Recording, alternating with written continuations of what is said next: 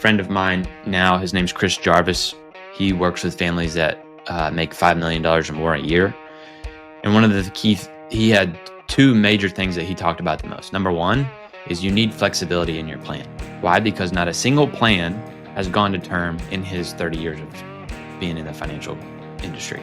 Don't do a deal for the deduction. Do the deal for the deal and get the deduction as a bonus. Second biggest point that he had, which was liquidity is the most important aspect behind flexibility within your financial plan. If you have no liquidity, you can't do anything. You want to look at any of the crashes over the last century, those who came out on top had liquidity. Where everybody is telling you cash is trash, that's a broke mentality. You need liquidity. You need access to funds to be able to do the things that you want to do and create massive amounts of wealth. Anybody listening, Brock just gave you a window into how to get access to that kind of stuff for free. It's a free group, and I'm not saying you can go and do all the things that Brock did, but you can be in a community that at least puts you in conversations that make you go, why do I believe that? That is more important than I have to know everything. Welcome to the Cashflow Legendz podcast with your hosts Nate, Brandon, and Brock. Remember, our insights are not direct financial advice, so consult with your financial team before making any decisions based on the topics discussed in this show. Welcome back to Cashflow Legendz. Nate, Brock, and I are excited to be back. Brock, I don't want to say this on recording, but I'll go ahead and just admit it. Nate and I kind of missed you, so we're glad you're back. If we have to miss anybody, I guess it's you. Thank you. You've been gallivanting the world, if that's a word, getting out there, learning, growing. Yeah. You've been a couple of places over the last month, if I'm not mistaken. Yep. Cool part is that it's all related to what we do directly or indirectly, which makes us better because we get to hear Brock's notes and kind of what he took away from it. And we just feel like it'd be valuable to share to anybody that listens to us. Anyone that takes the time to listen to us, we always want to start with, we are grateful. We do not take that lightly. Nate and I have had lots of conversations lately just about how we're only fooling ourselves if we don't think the Lord can work through anything. We heard recently we got invited to speak at kind of a little mastermind online. And the guy said something along the lines of, it's just crazy that you have a podcast that's supposedly about money that's really about how awesome the Lord is. And we were like, yeah, money's just a part of it. We can't separate it. And I think one of the biggest things, and maybe Brock, you'll touch on this, and Nate, one of the biggest things that we've been led to believe in our adult life, is me and Nate's especially, is that you have to compartmentalize and separate all these things.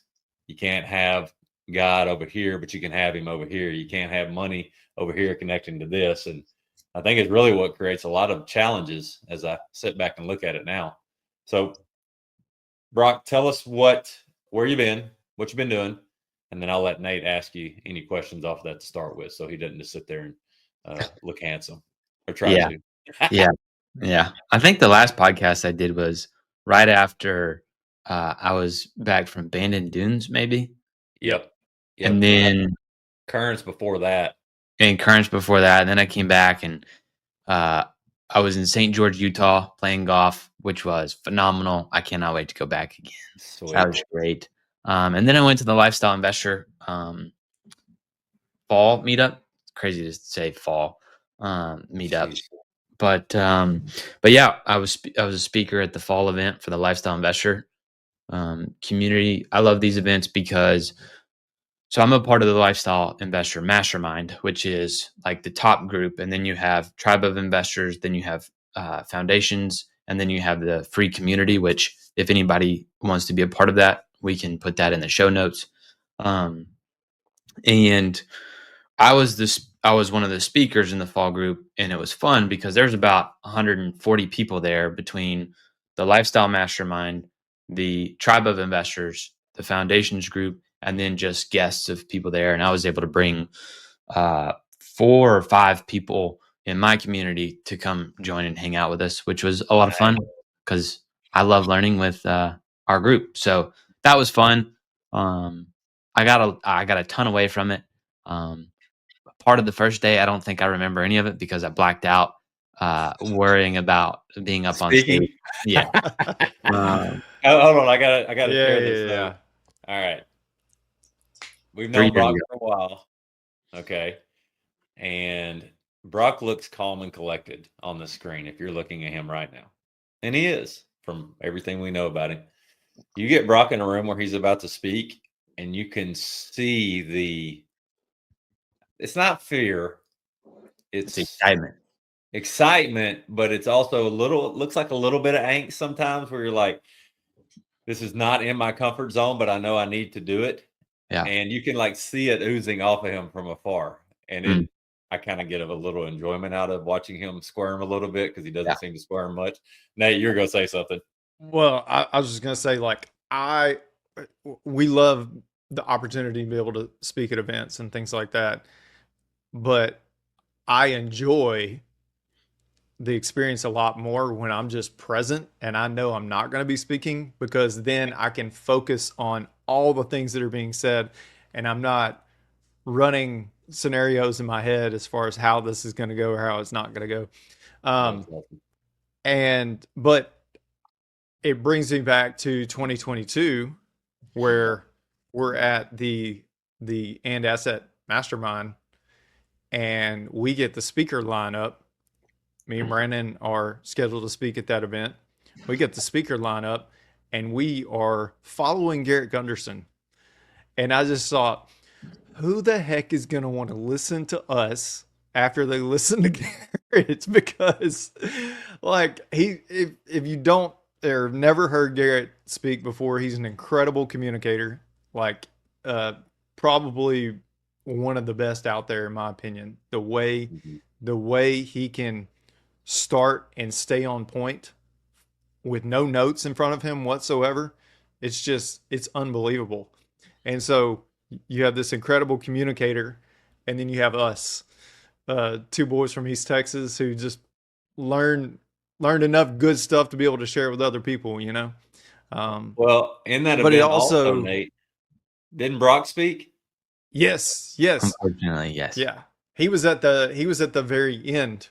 I was at the very end because I didn't make it out of the hotel room for the first 2 days because of altitude. That's right. Yep. And they were like, "Hey, we need 30 minutes of a speaker. Can you do it?" And I said, "I think I have 15 minutes in me." Yeah, you definitely didn't feel good. You could tell that that day. Brock, what did you speak on at a high level? So at this event, I was on a panel of what we were calling velocity of money, and it was about how do you leverage your real estate and how do you leverage your life insurance to create velocity of money. And so my good friend Dave Allred was speaking on the real estate part, and I was speaking on the life insurance part. How do life insurance loans work? How do they compare to conventional wisdoms?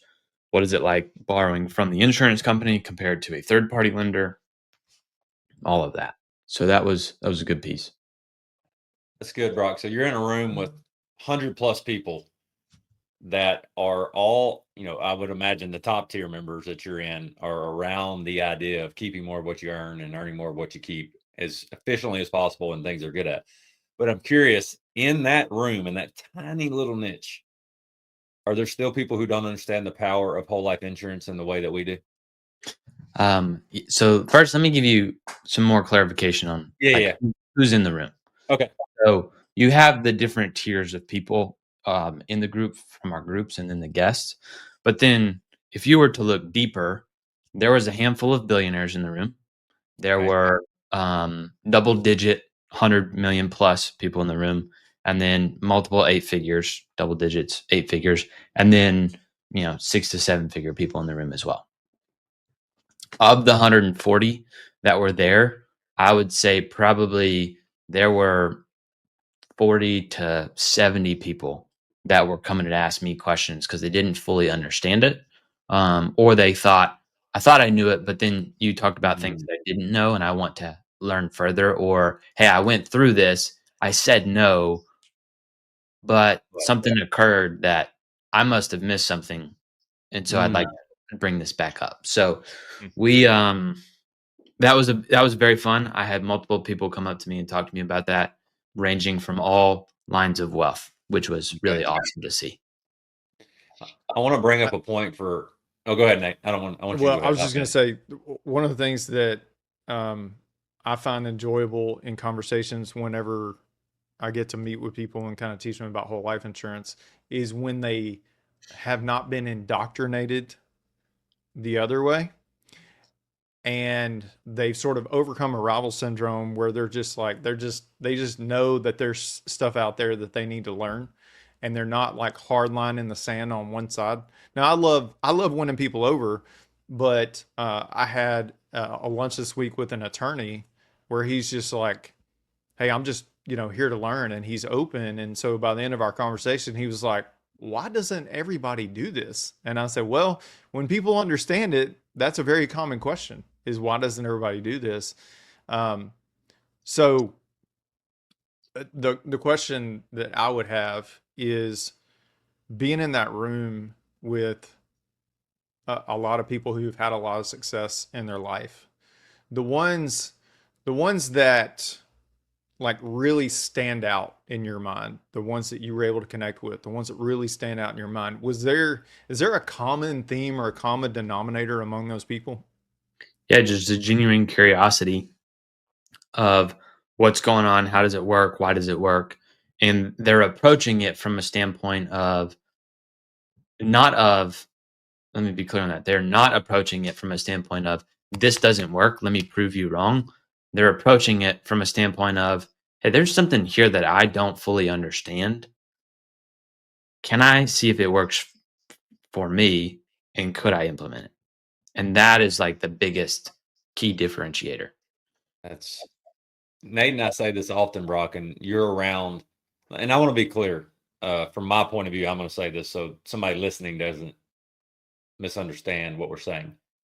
Wealth and dollar bills are just the value we create in the world, and they follow you. Okay.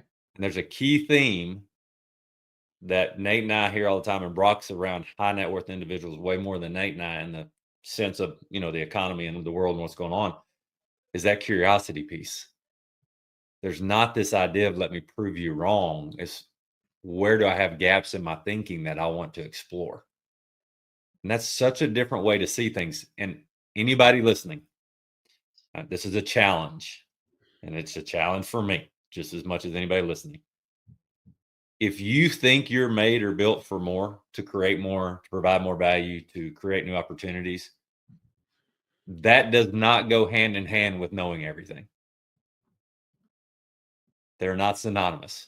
You can't know everything and grow into a newer person that you want to be.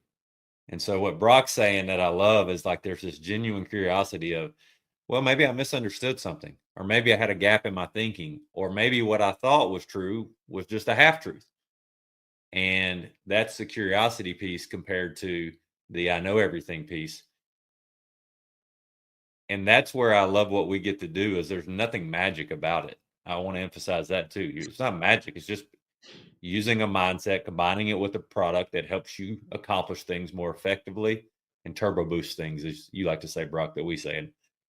And you're in a room with people who, by the world standards, are probably in the top 1%, I would guess, or smaller percentage, truthfully. Yeah. Yes. All right.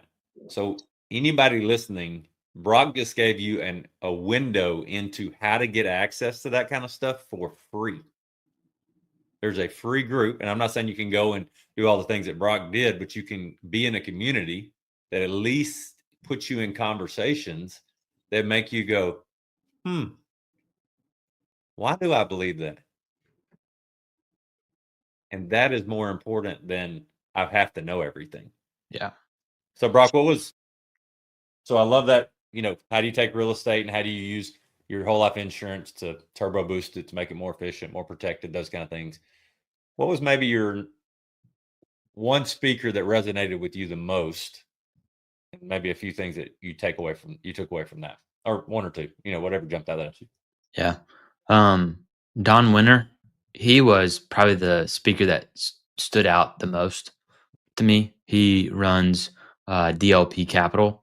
great company, based on faith, and he had just an awesome conversation around it. And he was one of those B guys, if you know what I'm saying. And that was cool to be around. But one of the biggest takeaways that the majority of the room took away was you can't eat IRR. One of the speakers said that. Somebody brought that up in one of our feedback sessions, which was, So y'all know, I'm taking notes. yeah, you can't eat IRR. Like, that's a big deal because sometimes we focus so much on the rate of return. What is the internal rate of return, and how is it going to work? Well, at the end of the day, you still need cash flow.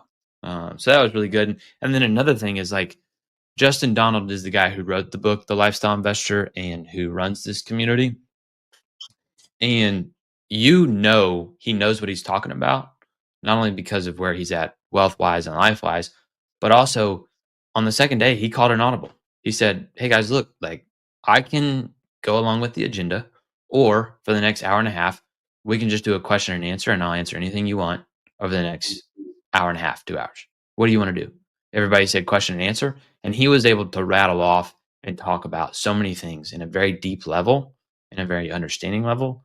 And that was reassurance to me to say, like, this guy isn't just blowing smoke. Like, he knows what he's talking about. He's doing the work that he tells other people to do to grow your wealth. There were so many other key items that they took or gave us. A lot of them talked about the fact of when you are thinking about your financial life, you've got to really understand where you're going. Like, it is very clear that you need a direction to head into. Um, they asked us the question of, what's your network worth to you? They talked about how the 401k is an experience or an experiment. And so far, it's not working out the way that it was supposed to. Freedom doesn't come from following the herd. Freedom comes from doing things like owning assets that produce an income, structuring your life intentionally to live the way that you want.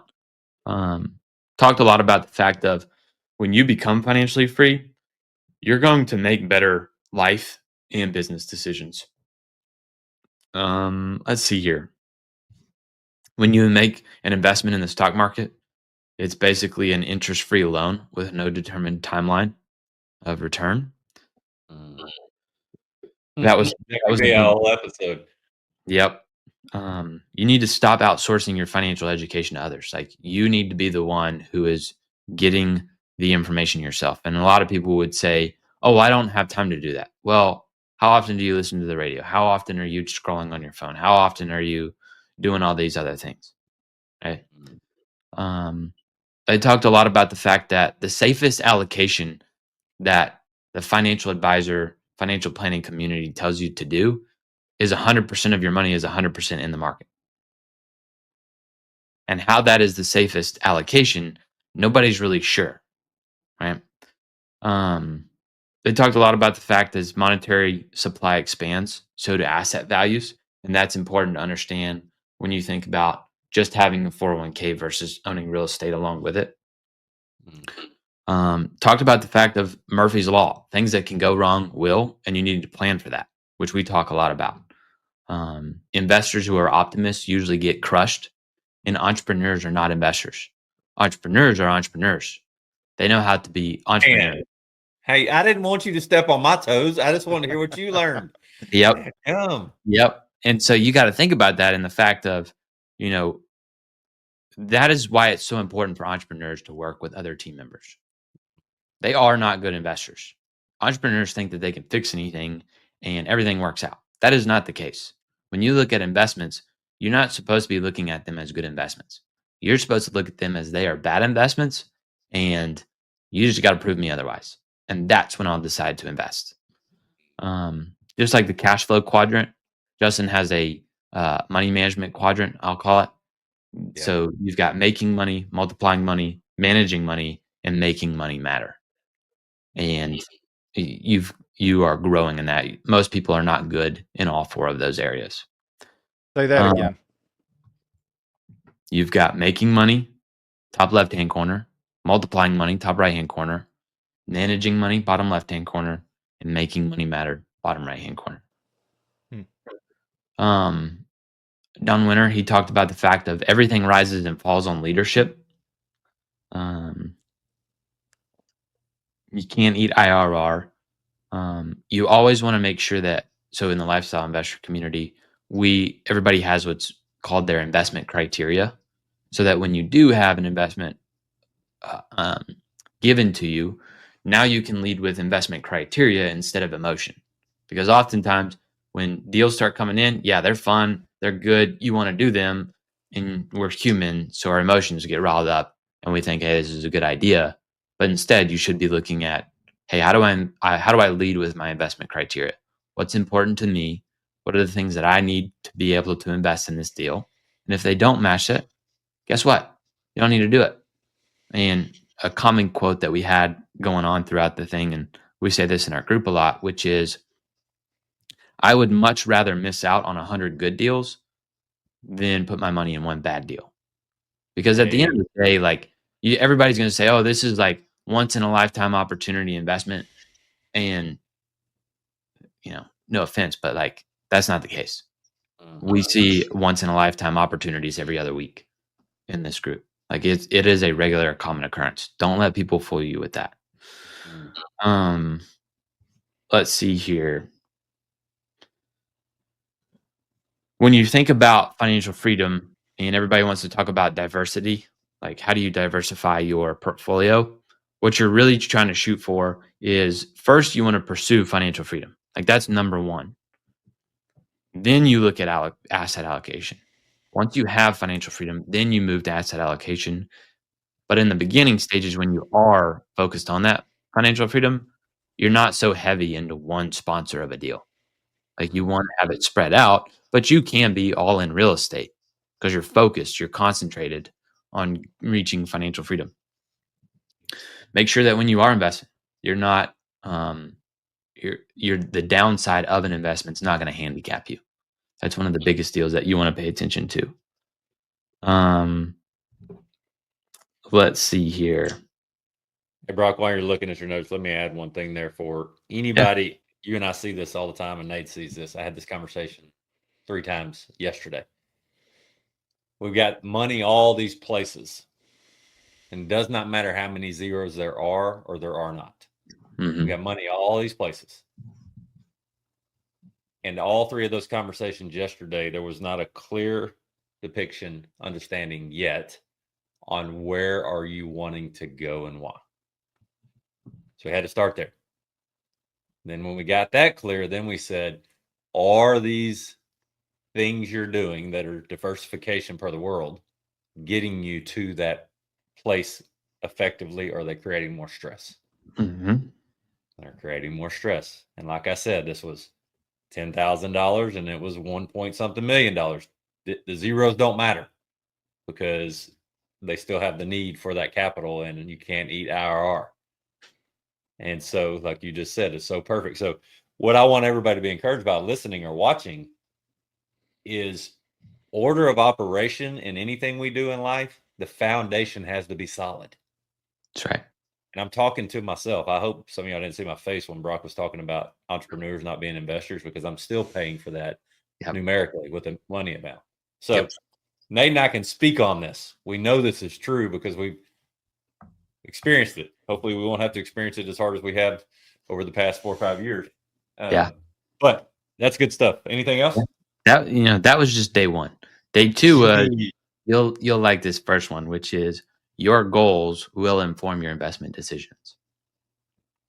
Oftentimes our investment decisions are informing our goals, but the reality is our goals should be informing our investment decisions. Friend of mine now, his name's Chris Jarvis. He works with families that make $5 million or more a year. And one of the he had 2 major things that he talked about the most. Number 1 is you need flexibility in your plan. Why? Because not a single plan has gone to term in his 30 years of being in the financial industry, right? Don't do a deal for the deduction. Do the deal for the deal and get the deduction as a bonus, right? There was another thing that they talked about, which is the second biggest point that he had, which was liquidity is the most important aspect behind flexibility within your financial plan. If you have no liquidity, you can't do anything. You want to look at any of the crashes over the last century, those who came out on top had liquidity. Where everybody is telling you cash is trash, that's a broke mentality. You need liquidity. You need access to funds to be able to do the things that you want to do and create massive amounts of wealth. So that was those were some big items. Yeah. The questions you don't ask won't help you. That was a big one. And let's see, almost done here.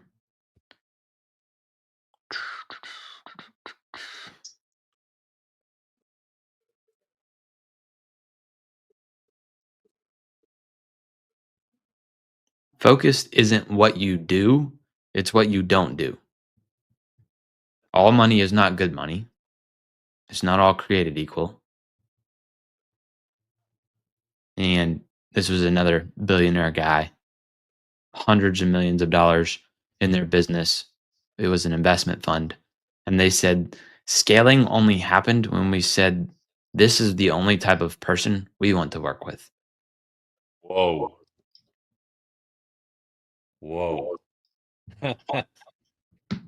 Now let's tidy up on that right there. That last line. Reading the book right now, willpower Doesn't work. Yep. And there's a page in there that talks a whole lot about environment. Mm-hmm. Willpower is not more important than getting your environment in a way where you can be like Brock going to a lifestyle investor and being around 100 plus people thinking and growing and asking questions. And so if you feel like you're being suffocated by what could be considered weeds in a garden, it's got a whole lot to do with where you're planting yourself.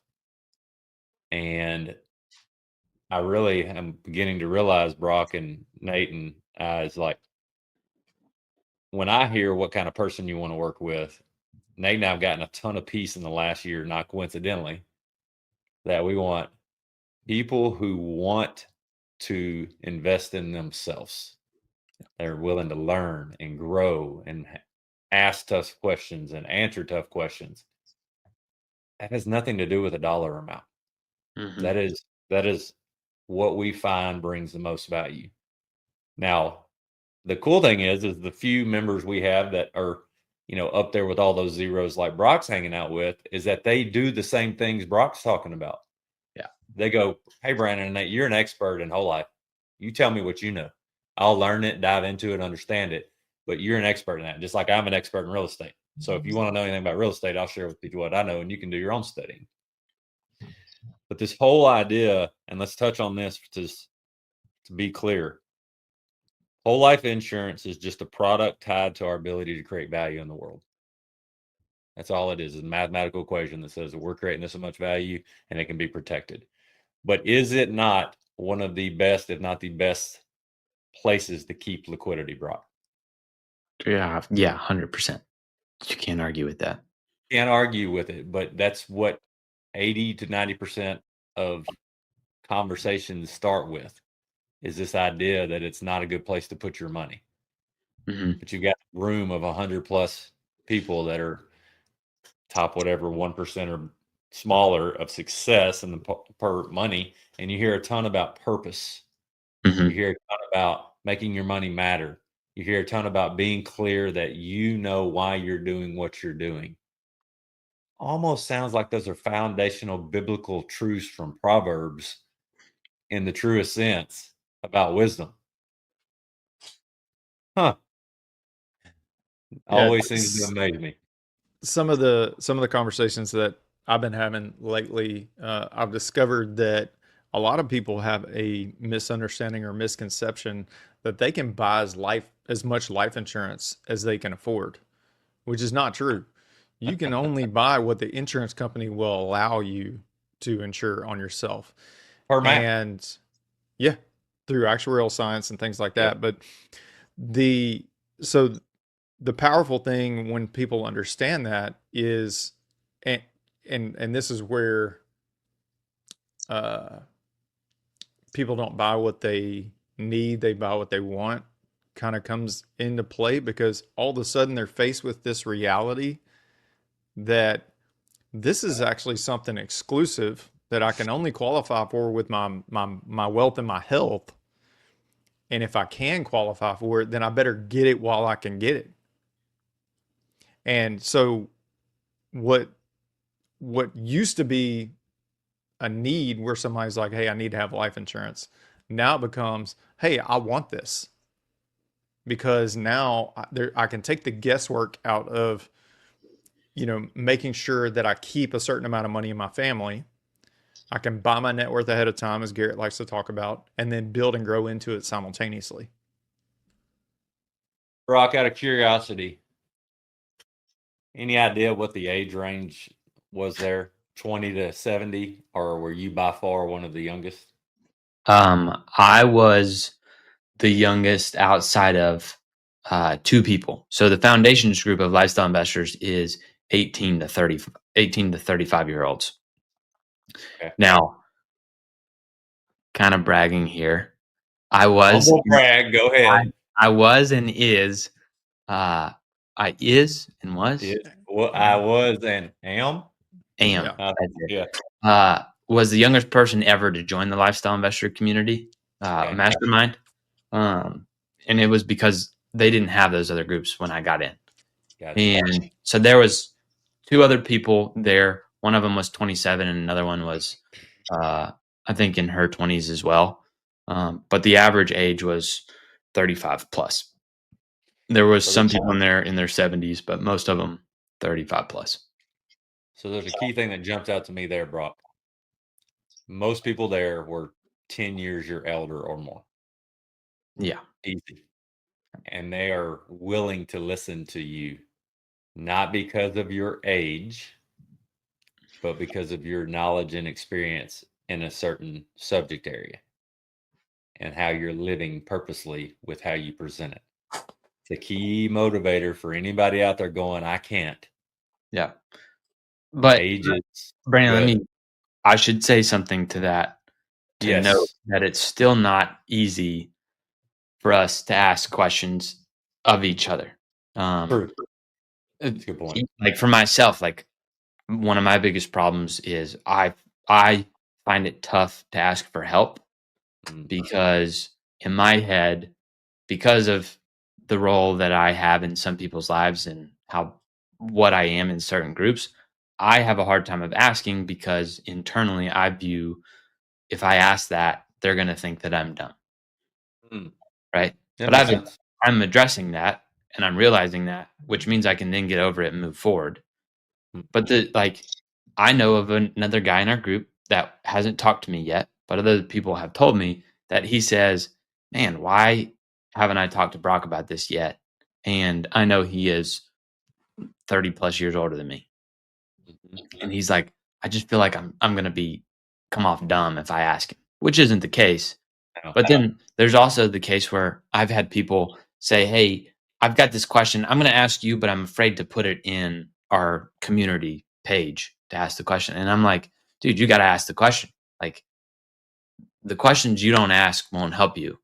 And it's likely that somebody else has the same question. And by you asking the question, it's not only going to give you courage to ask another question, but it's probably going to help somebody else ask a question too. What I love about that thought process is that the more willing we are to bring value and then ask questions in a community that embraces that, it makes everybody better. We're back to that environment piece. Also, an encouragement to everybody. I heard Steve Weatherford. I got to hear him speak the other day. If you don't know who that is, definitely look him up. An amazing testimony. And he said, grapes don't eat grapes and oranges don't eat oranges. He says the fruit we create internally is not for us. It's for others. And so the reality is when we ask tough questions, and Nate and I are just as guilty of this. Let me be very clear. I can tell when Nate's not saying something he needs to say, and he can tell when I'm not saying something I need to say. And it almost always has to do with our pride and not wanting to look like we don't know everything and have everything together. So one of the sayings that I say a lot now is I've tried it my way, and just admitting I'm a broken sinner in need of a savior every day is by far much more appropriate than any other impression of me you have. That's the most clear one I got because I tried it the other way. So I love that you're making them ask that question, because it's funny. We are really good at coaching others on the thing that we need to work on too. I mean, we're phenomenal at it. I'm sitting there running the plan this morning, talking to a buddy of ours that's a client. I'm like, Brandon, take your own advice. Take your own stinking advice. So key takeaways for anybody listening or watching: you cannot put yourself in a worse position by getting out of your comfort zone and getting around new mindsets, thought processes, challenges, accountability. It will not return void at all. Brock, I think I vividly remember us having dinner at a barbecue joint a couple years ago, and you had just joined. You remember this? I do. You had just joined Lifestyle Investor. You'd had your first year, and we knew what the price tag was. Okay. And you said to us, you said, I don't know, man. Maybe not that way exactly, but you're basically like questioning. Oh, yeah. Okay. So fast forward a few years later, what value has that brought that's beyond the price tag? Oh, an insane amount. Like the connections that I have, the questions that I can ask for help. I got all kinds of advice from all the different kinds of questions that I ask, both in my personal life, business life, wealth, like all of it. There's an immense amount of knowledge there.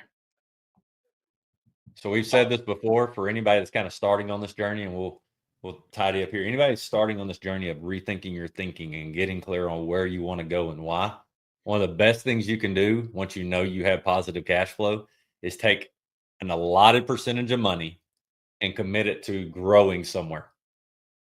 Whether it's your faith, your family, your fitness, your finances, and focus on that. And don't look at it as a cost, but look at it as an investment in the greatest asset you have, which is yourself, your thinking, your mindset, your relationships, your capital with other people. And watch that trickle effect or that halo effect start taking off when you look back 5 years from now, or 2 years from now, or 1 year from now.